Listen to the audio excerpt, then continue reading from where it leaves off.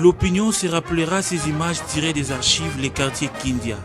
Kindia, un après-midi décisif sous un soleil accablant où Jean Bamanissa, alors gouverneur de la province orientale, s'est fait accompagner d'une équipe d'experts chinois à la recherche du site pouvant abriter un stade digne des noms. La politique et ses caprices, quelques mois après démembrement, l'homme soucié de la jeunesse sportive iturienne n'est plus aux affaires et reprend sa vie normale.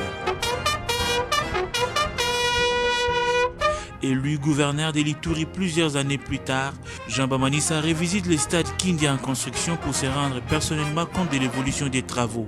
Sur place, le constat est amer. Un géant complexe sportif abandonné à l'image d'un enfant sans parents. Dans un regard sportif, le gouverneur décide de s'impliquer personnellement pour changer son image. Aujourd'hui, chose faite, le monde sportif iturien peut s'en réjouir. Grâce à sa plaidoirie et sa détermination de doter la ville de Bunia d'un stade au standard international, le très attendu gazon synthétique devant couvrir l'aire de jeu est enfin à Bunia. Yannick Kavaya, chef de mission de contrôle et surveillance, explique. Nous avons reçu 7 conteneurs, donc 6 conteneurs de 40 pieds et puis un conteneur de 20 pieds. Et dans ces conteneurs, il y a dans le 8200 mètres carrés de rouleau de gazon synthétique. Il y a aussi dans les 20 à 30 tonnes de sable en caoutchouc. Et il y a aussi le membrane géotextile ainsi que quelques appareils qui vont nous aider à poser cette pelouse-là.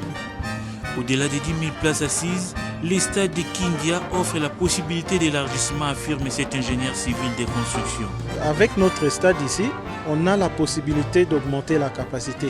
Si après des années, on se rend compte que les 10 000 places deviennent insuffisantes, on peut construire encore d'autres gradins ici pour atteindre 15 000 places ou voire même plus. Utile de rappeler que l'arrivée de la pelouse synthétique dont la pose va intervenir dans les prochains jours coïncide avec l'installation de la Ligue provinciale de foot en Ituri, le tout grâce aux efforts du gouvernement provincial.